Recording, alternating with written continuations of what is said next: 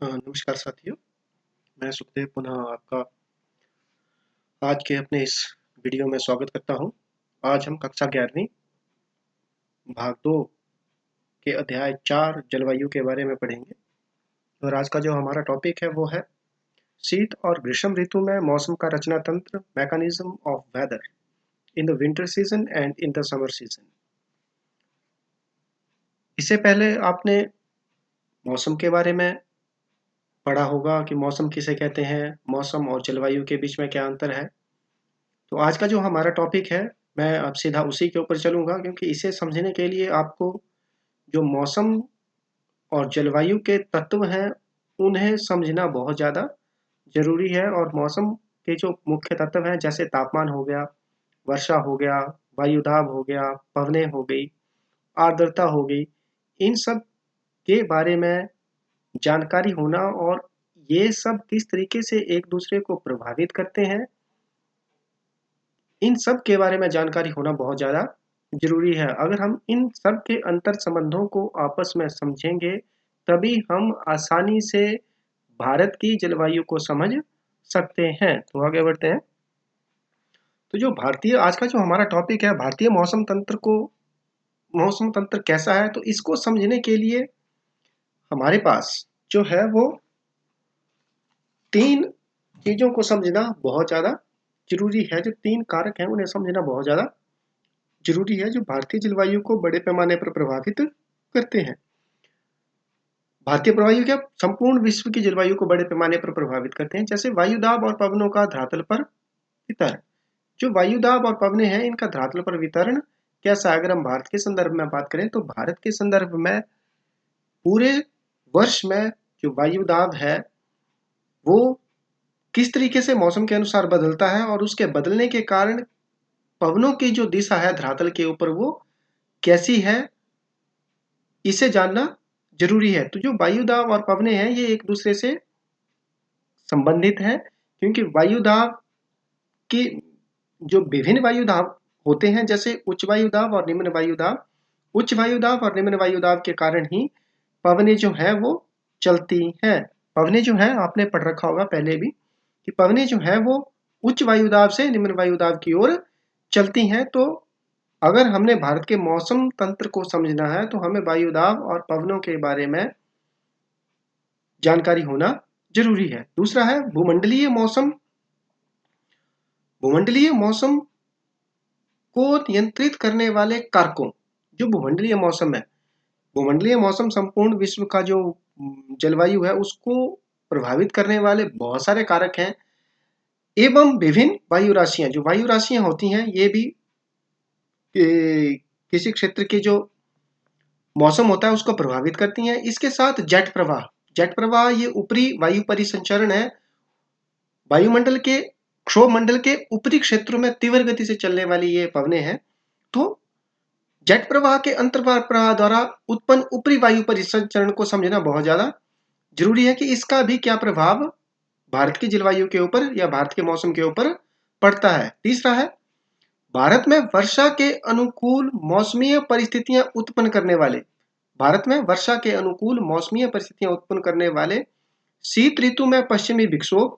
शीत ऋतु में पश्चिमी विक्षोभ उत्पन्न होता है, और दक्षिणी पश्चिमी मानसून काल में उष्ण कटिबंधीय चक्रवात जो उत्पन्न होते हैं, इनके बारे में भी जानना जरूरी है। तभी हम भारत के मौसम तंत्र को आसानी से समझ सकते हैं। तो 3 चीजें हमने देखी। हमें भारत के वायुदाब और पवनों के धरातल के ऊपर वितरण के बारे में जानकारी होनी चाहिए। दूसरा है भूमंडलीय मौसम को नियंत्रित करने वाले जो कारक हैं, वो हमें पता होने चाहिए, क्योंकि बहुत सारे कारक हैं जो किसी क्षेत्र की जलवायु को प्रभावित करते हैं। जैसे अक्षांश रेखाएं हो गई, समुद्र तल से ऊंचाई हो गई, स्थल और जल का वितरण हो गया, समुद्र से दूरी हो गई, किसी क्षेत्र का ऊंचावच हो गया, ये कारक हैं जो मौसमों को प्रभावित करते हैं। वायु राशियां हो गई, कि वो वहाँ वायु राशियां कैसी हैं, समुद्री वायु राशियां हैं, गर्म है या सर्द हैं, किस प्रकार की हैं। और जेट प्रवाह जो ऊपरी वायु परिसंचरण है, इनके बारे में हमें जानना होगा। उसके पश्चात पश्चिमी विक्षोभ और उष्ण कटिबंधीय चक्रवातों के कारण जो वर्षा होती है, उनके बारे में भी हमें जानना जरूरी है। तो आज ये देखते हैं शीत ऋतु में मौसम का रचना तंत्र, कैसा होता है भारत में। तो शीत ऋतु में मौसम के रचना तंत्र को समझने से पहले आपके दिमाग में शीत ऋतु का होना बहुत ज़्यादा ज़रूरी है। उस चीज़ को महसूस करना बहुत ज़्यादा ज़रूरी है कि शीत ऋतु में मौसम कैसा होता है। जैसे इसके नाम से ही क्लियर है, शीत ऋतु मतलब ठंडी, ठंडा मौसम। ठंड बहुत ज़्यादा होती है और ठंड क्यों ज़्यादा होती है, ये मौसमों में बदलाव के कारण होती है। और शीत ऋतु में अगर हम बात करें सूर्य की, तो सूर्य जो है वो शीत ऋतु में दक्षिणी गोलार्ध में होता है। ये आप सबको पता होगा कि सूर्य जो है वो शीत ऋतु में कहाँ होता है, दक्षिणी गोलार्ध में। तो सूर्य अगर हम बात करें पृथ्वी की, कि पृथ्वी सूर्य कहाँ होगा, अगर ये पृथ्वी है तो सूर्य की स्थिति कहाँ है इस समय, दक्षिण में, यहाँ मकर रेखा के ऊपर सूर्य जो है वो यहाँ होता है दक्षिण में, जिसके कारण दक्षिणी गोलार्ध में गर्मी होती है और उत्तरी गोलार्ध में जो है वो सर्दियां होती हैं। तो यहाँ शीत ऋतु होती है, जिसका मुख्य कारण है सूर्य का दक्षिणी में चले जाना, सूर्य का मकर रेखा के ऊपर चमकना, और उत्तरी गोलार्ध में इसमें शीत ऋतु होती है। तो इस शीत ऋतु में तापमान कैसा होगा, ताकि हम आसानी से आगे समझ सकें कि अगर तापमान कैसा है तो हम उसको आसानी से समझ सकें। अगर हम तापमान की बात करें तो दक्षिणी भारत में अगर तापमान की बात करें तो यहाँ लगभग 25 डिग्री सेल्सियस तापमान होता है। जैसे जैसे हम उत्तर की ओर बढ़ते रहेंगे तापमान में निरंतर गिरावट देखने को मिलती है, और जम्मू कश्मीर में तापमान 10 डिग्री सेल्सियस के करीब देखने को मिलता है। उत्तर भारत में भी पंजाब और हरियाणा में इस समय तापमान 10 और 15 डिग्री सेल्सियस के बीच देखने को मिलता है। अगर दूसरी ओर हम पवनों की दिशा के बारे में देखें तो पवनें जो है इस समय, अगर आप ये नीले एरो देखेंगे जो नीले रंग के हैं, ब्लू कलर की एरो है, तो पवनों की दिशा जो है वो उत्तर से दक्षिण की ओर है। ऐसा क्यों है ये भी हम आगे देखेंगे कि ऐसे क्यों है कि पवनें जो है इस समय उत्तर से दक्षिण की ओर बह रही हैं, ये वायुदाब के कारण है। तो धरातलीय जो शीत ऋतु में पहला हमारा पॉइंट है वो है कि शीत ऋतु में भारत में मौसम का रचना तंत्र कैसा होगा। तो उसका पहला पॉइंट जो है वो धरातलीय वायुदाब और पवने, कि वायुदाब कैसा होगा और पवनों की स्थिति कैसी होगी, ये हमें बताना है कि शीत ऋतु में वायुदाब कैसा है। तापमान के बारे में हमने देख लिया कि तापमान कैसा है, तापमान कम है क्योंकि सूर्य की स्थिति जो है वो दक्षिणी गोलार्ध में है, जिसके कारण उत्तरी गोलार्ध में तापमान कम प्राप्त होता है और दिन भी छोटे होते हैं। तो वायुदाब और पवनों की स्थिति शीत ऋतु में भारत में कैसी होगी, ये डायग्राम शायद आप आगे पढ़ेंगे या आपने पढ़ ली होगी। इसमें अगर आप देखें तो जो वायुदाब पेटियां हैं संपूर्ण विश्व की वो दर्शाई गई हैं। यहां अगर आप बीच में देखेंगे जो इक्वेटर है, इक्वेटर में है इंटरट्रॉपिकल कन्वर्जेंस जोन ITCZ, यहां निम्न वायुदाब क्षेत्र पाया जाता है, लो लिखा है, लो प्रेशर, ठीक है। उसके बाद आता है सब ट्रॉपिकल हाई, यहाँ हाई प्रेशर बेल्ट पाई जाती है। उसके बाद फिर से निम्न और जो ध्रुवीय क्षेत्र है यहाँ उच्च वायुदाब क्षेत्र पाया जाता है। परंतु हम अभी जो उच्च वायुदाब क्षेत्र है इसके बारे में ही पढ़ेंगे। जो बीच में शीतोष्ण कटिबंधीय उच्च वायुदाब पेटी है, इसका यहाँ भारत के संदर्भ में बहुत ज्यादा इंपॉर्टेंस है, तो हम इसके बारे में ही ज्यादा अभी फोकस करेंगे। तो भारत में वायुदाब की स्थिति कैसी होती है। अब वायुदाब और तापमान का आपस में उल्टा संबंध है, ये ध्यान देने योग्य बात है, आपने पहले पढ़ भी रखा होगा कि वायुदाब और प्रेशर, जो एयर प्रेशर है और टेम्परेचर का, इन दोनों का आपस में कैसा संबंध है, उल्टा संबंध है। एक के बढ़ने से दूसरा कम होगा।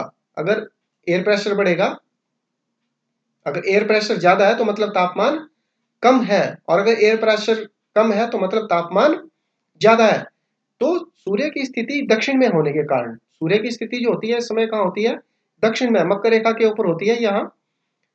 तो सूर्य की स्थिति दक्षिण में होने के कारण उत्तर भारत में तापमान कम होता है, जिसके कारण जो भारत की कर्क रेखा है यहाँ पर अधिकतर उच्च वायुदाब पाया जाता है। जैसे अगर आप डायग्राम में देखें तो यहाँ पर अधिकतर उच्च वायुदाब देखने को मिलता है। जैसे तापमान 1024 उच्च वायुदाब है, परंतु अगर दक्षिण में देखें तो यहाँ तापमान कैसा है, ज्यादा है, जिसके कारण यहाँ पर लो वायुदाब पाया जाता है, निम्न वायुदाब पाया जाता है। तो इसी कारण पवनों की जो दिशा होती है वो उत्तर से दक्षिण की ओर होती है। अगर आप यहाँ देखें पवनों की दिशा तो ये कैसी है, उत्तर से दक्षिण की ओर। इसी कारण है क्योंकि पवनें उच्च वायुदाब से निम्न वायुदाब क्षेत्र की ओर चलती हैं।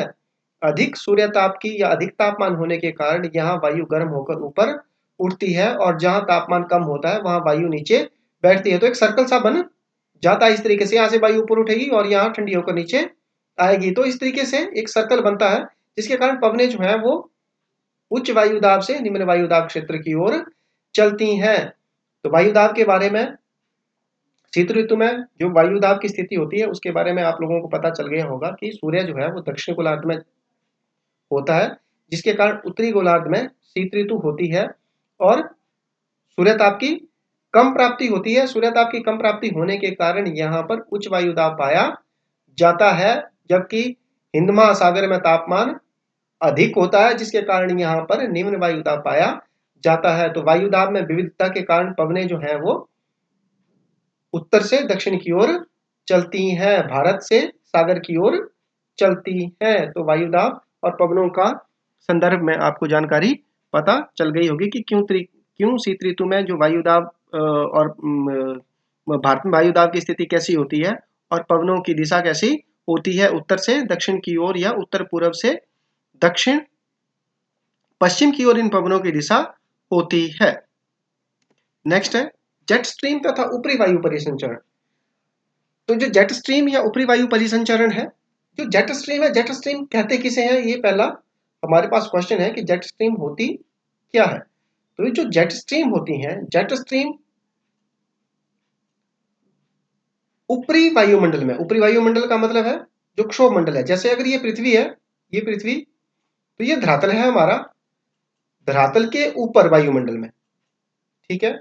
यहां से ऊपरी वायुमंडल में लगभग 12 किलोमीटर की ऊंचाई पर, कितने किलोमीटर, 12 किलोमीटर की ऊंचाई पर ये पवनें चलती हैं और ये पवनें तीव्र गति से पश्चिम से पूर्व दिशा की ओर चलती हैं। तो पश्चिम से पूर्व दिशा की ओर चलने वाली इन तीव्र गति से चलने वाली पवनों को जेट स्ट्रीम कहा जाता है। ऊपरी क्षोभ मंडल में लगभग 12 किलोमीटर की ऊंचाई पर तीव्र गति से चलने वाली पवनों को जेट स्ट्रीम कहा जाता है। ये जेट स्ट्रीम जो होती हैं ये अधिकतर मेंढर में चलती हैं, जैसे विसर्प होते हैं इस तरीके से चलती हैं।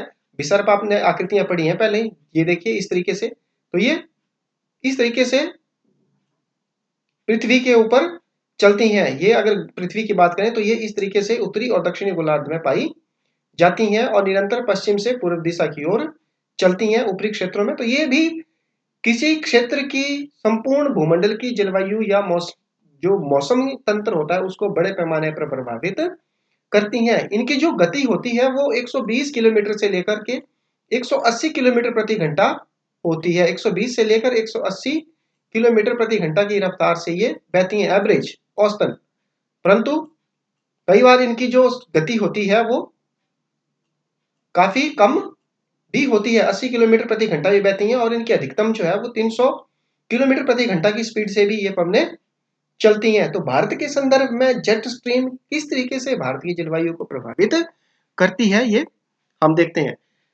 तो जब शीत ऋतु होती है, ये पवनें जो जेट स्ट्रीम होती हैं ये निरंतर चलती हैं, परंतु ये अपनी दिशा बदलती रहती हैं 30 डिग्री उत्तरी अक्षांश तक, उससे ऊपर ये पवनें नहीं जाती हैं। जो इस बेल्ट में पवनें पाई जाती हैं ये 30 डिग्री उत्तरी अक्षांश से ऊपर नहीं जाती, परंतु 30 डिग्री से लेकर 20 डिग्री तक ही अपनी दिशा में बदलाव करती रहती हैं। जैसे ये 30 डिग्री है, यहां से लेकर के ये पवनें अधिकतर इसी बेल्ट में देखने को मिलती हैं। ये जो बेल्ट है इसी बेल्ट में ये पवनें अपनी दिशा बदलती रहती हैं। तो शीत ऋतु में इन पवनों की स्थिति कहां होती है? तो शीत ऋतु में जो है इन पवनों की स्थिति जो होती है वो भारत का जो उत्तरी मैदानी क्षेत्र है ठीक उसके ऊपर होती है। यहां पर अगर आप ये देखेंगे लाइन, तो ये भारत का जो उत्तरी मैदानी क्षेत्र है ठीक वहां से ये पवनें बहती हैं ऊपरी क्षेत्रों में। परंतु ऊपरी क्षेत्रों में जब ये बहती हैं तो इनका जो धरातलीय वायु परिसंचरण है उसके ऊपर भी इसका प्रभाव देखने को मिलता है। जैसे अगर आप ये इस डायग्राम में देखेंगे तो विंटर में जब शीत ऋतु होती है तो उस समय इन पवनों के जो बहने की दिशा होती है वो यहाँ होती है। ये देखिए मैदानी क्षेत्र में यहाँ ये पवनें शीत ऋतु में बहती हैं। जब ये यहाँ इन पवनों के आने का मुख्य कारण है सूर्य का दक्षिण की ओर चले जाना। तो जब सूर्य दक्षिण की ओर जाता है तो उत्तरी गोलार्ध में और खासकर तिब्बत के मैदान में यहाँ और ये जो पश्चिमी क्षेत्र है यहाँ पर उच्च वायुदाब क्षेत्र बन जाते हैं और इन उच्च वायुदाब क्षेत्रों से जो ठंडी पवनें हैं वो भारत की ओर बहती हैं, क्योंकि यहाँ उच्च वायुदाब क्षेत्र होता है। इस ओर ये पवनें जो है वो निरंतर चलती रहती हैं। और जो ITC-Z होता है, जो इंटर ट्रॉपिकल कन्वर्जेंस जोन होती है, वो भी दक्षिण भारत की ओर खिसक जाती है, जिसके कारण ये पवनें जो है उत्तर से दक्षिण की ओर खिसक जाती हैं। जो जेट स्ट्रीम है ये भी अपनी दिशा बदल लेती हैं। अगर आप देखें तो ऊपर समर लिख रखा है, समर में इनकी स्थिति यहाँ होती है तिब्बत के ऊपरी क्षेत्रों में, परंतु जैसे ही सर्दियां होती हैं तो ये अपनी जो दिशा है उसको स्थिति है उसको बदल लेती हैं और हिमालय के दक्षिण की ओर आ जाती हैं। जब ये अपने हिमालय के दक्षिण की ओर आ जाती हैं तो ये पवनें अपने साथ बहुत सारी जो ठंडी हवाएं हैं उन्हें भी उत्तरी पश्चिमी क्षेत्रों से अपने साथ बहा करके भारतीय महाद्वीप की ओर ले आती हैं, जिसके कारण यहाँ संपूर्ण उत्तरी का जो भारत है, संपूर्ण उत्तर भारत में अधिक ठंड देखने को मिलती है। ये ठंडी हवाएं अपने साथ लेकर के इन क्षेत्रों की ओर आती हैं, जिसके कारण यहाँ अधिक ठंड बढ़ जाती है। तो जो ऊपरी जेट स्ट्रीम है शीत ऋतु में ये हिमालय के दक्षिण में बहती हैं और संपूर्ण उत्तर भारत का जो मैदान है उसके तापमान को गिरा देती हैं, जिसके कारण यहाँ पर उच्च वायुदाब क्षेत्र का निर्माण हो जाता है। इसके साथ जो तीसरा फिनोमिना मौसमी तंत्र में हमें देखने को मिलता है वो है पश्चिमी विक्षोभ और उष्णकटिबंधीय चक्रवात। तो पश्चिमी विक्षोभ और उष्णकटिबंधीय चक्रवात भी हमें देखने को मिलते हैं शीत ऋतु में। अभी जो पश्चिमी विक्षोभ है, पश्चिमी विक्षोभ इसका नाम ही इसलिए पड़ा है डिस्टर्बेंस, क्योंकि ये पश्चिम की ओर से आते हैं। ये पवनें जो हैं ये पश्चिम की ओर से आती हैं और जब ये हिमालयी क्षेत्रों में पहुंचती हैं तो हिमालयी क्षेत्रों में हिमालय पर्वत से टकराने के पश्चात ये उत्तर भारत का जो मौसम है उसमें बदलाव कर देती हैं, अधिक ठंड कर देती हैं और अपने साथ वर्षा लेकर के आती हैं इन संपूर्ण क्षेत्रों में। तो हमें जनवरी फरवरी या मार्च के महीने में जो वर्षा देखने को मिलती है उसका मुख्य कारण है पश्चिमी विक्षोभ।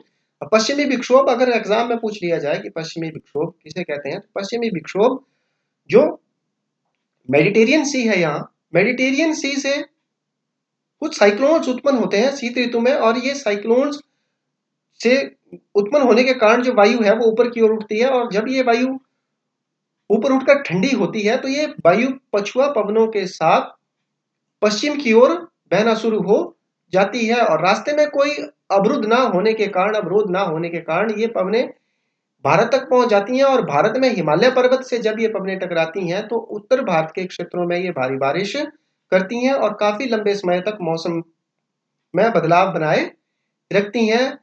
पश्चिम की ओर से चलने वाली इन्हीं पवनों को पश्चिमी विक्षोभ कहा जाता है और जब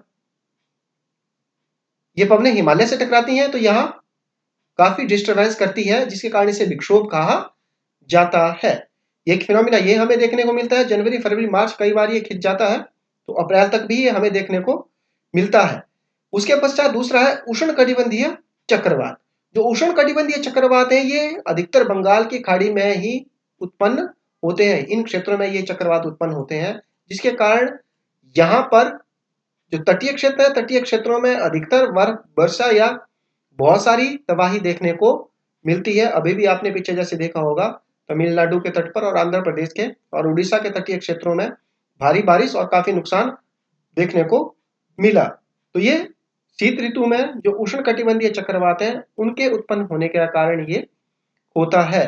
तो अगर हम बात करें शीत ऋतु में, तो शीत ऋतु में हमने 3 प्रकार के फिनोमिना देखे। तापमान देखा कि तापमान उत्तर भारत में कम होता है, दक्षिण भारत में अधिक होता है। उसके पश्चात वायुदाब की स्थिति कैसी होती है, वायुदाब की स्थिति जैसा मैंने कहा कि तापमान और वायुदाब का आपस में उल्टा संबंध है, तो उत्तर भारत में तापमान कम होता है जिसके कारण यहाँ वायुदाब अधिक होता है और दक्षिण भारत में समुद्री क्षेत्रों में तापमान अधिक होता है जिसके कारण वहां वायुदाब कम पाया जाता है। तो वायुदाब की इसी विविधता के कारण पवनें जो है वो उच्च वायुदाब से निम्न वायुदाब क्षेत्र की ओर चलती हैं, अर्थात भारत से हिंद महासागर की ओर चलती हैं।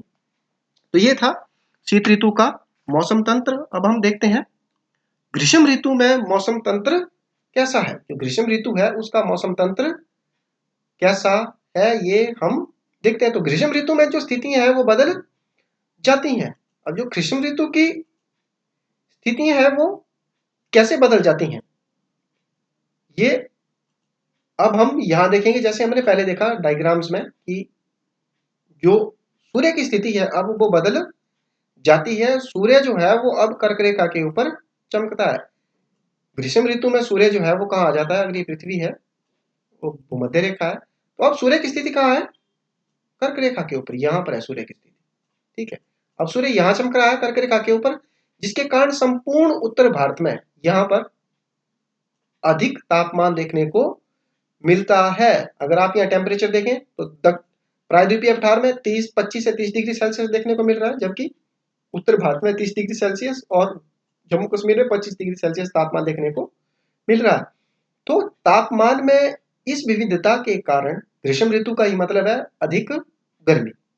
तो गर्मियां कैसे होंगी, जब सूर्य की स्थिति उत्तरी गोलार्ध में होगी और सूर्य कर्क रेखा के ऊपर चमक रहा होगा। तो सूर्य की स्थिति उत्तरी गोलार्ध में होने के कारण संपूर्ण उत्तर भारत में अधिक तापमान देखने को मिलता है। तो ग्रीष्म ऋतु में तापमान अधिक होता है। अगर तापमान अधिक होगा तो तापमान का वायु दाब के ऊपर और पवनों के ऊपर क्या असर देखने को मिलेगा, ये आगे हम देखेंगे। अगर नेक्स्ट आप देखेंगे जुलाई में कि किस तरीके से अब यहाँ जो है वो वायु दाब बदल गया है। देखो ये वायु दाब दिखा रखा है, यहाँ प्रेशर है, एयर प्रेशर।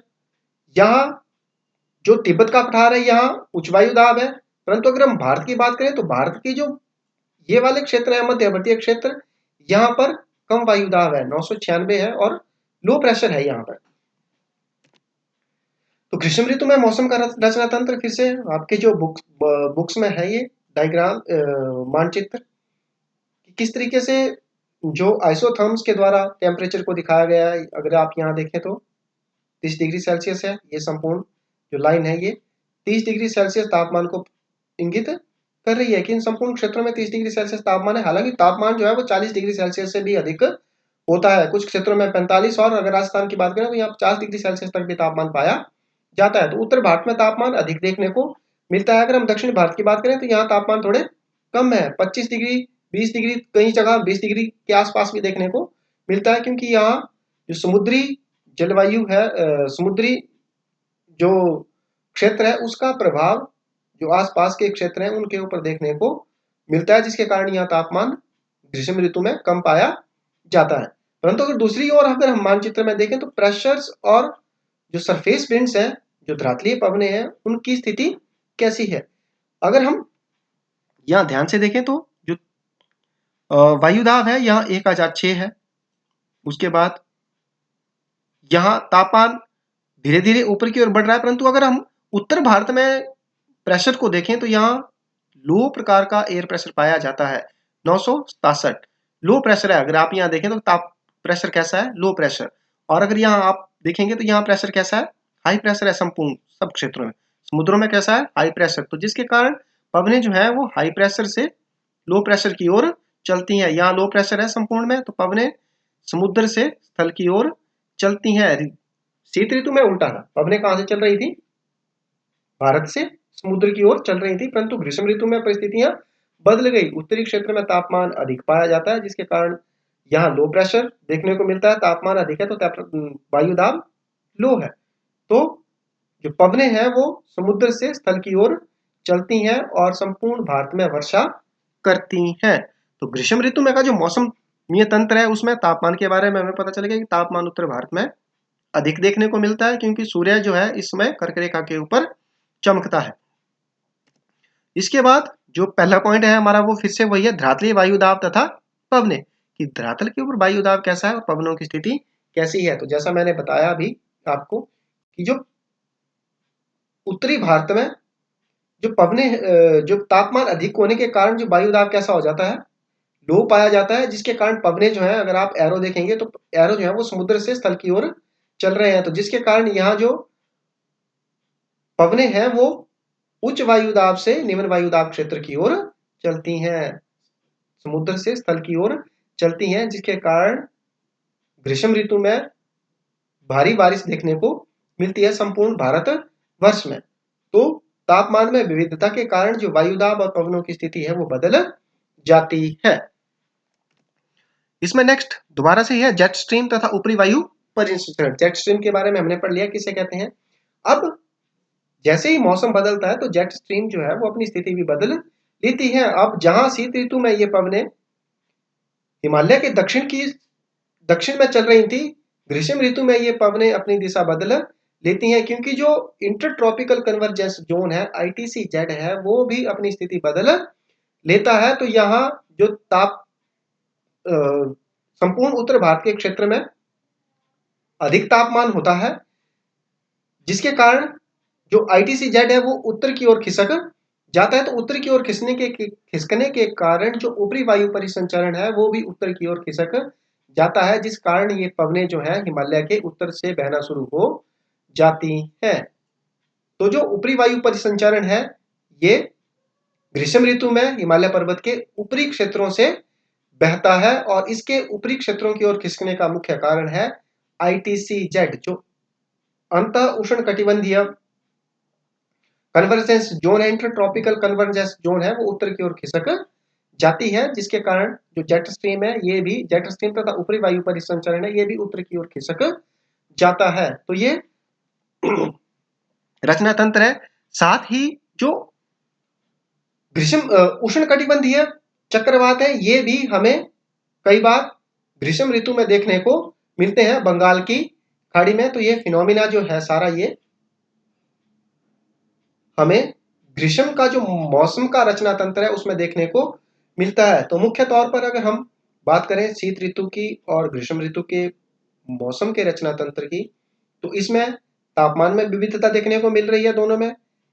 शीत ऋतु में उत्तर भारत में तापमान कम होता है, और अगर हम ग्रीष्म ऋतु की बात करें तो ग्रीष्म ऋतु में उसके विपरीत तापमान अधिक होता है। तो वायुदाब की बात करें तो शीत ऋतु में जहां उत्तरी भारत में उच्च वायुदाब पाया जाता है, ग्रीष्म ऋतु में उन्हीं क्षेत्रों में निम्न वायुदाब पाया जाता है। अगर पवनों की दिशा की बात करें तो पवने जहां शीत ऋतु में उत्तर से दक्षिण की ओर या धरातल से समुद्र की ओर चलती हैं, वहीं ग्रीष्म ऋतु में पवने जो है वो समुद्र से स्थल की ओर चलती हैं। जो ऊपरी दूसरा हमने पढ़ा कि जेट स्ट्रीम और ऊपरी वायु परिसंचरण, इनकी स्थिति भी शीत ऋतु में जहां ये ऊपरी जेट स्ट्रीम है ये हिमालय के दक्षिण की ओर से बहती हैं, ग्रीष्म ऋतु में इनकी स्थिति हिमालय के उत्तर की ओर खिसक जाती है, जिसका मुख्य कारण है सूर्य का उत्तर की ओर खिसक जाना या कर्क रेखा के ऊपर चमकना, जिसके कारण जो हमारी वायुदाब पेटियां हैं उनमें बदलाव देखने को मिलता है, और इसी बदलाव के कारण जो ऊपरी जेट वायु परिसंचरण है ये भी अपनी स्थिति बदलता रहता है। तो इसी के साथ उम्मीद करता हूं कि आज का ये लेक्चर आप लोगों को समझ आ गया होगा। धन्यवाद।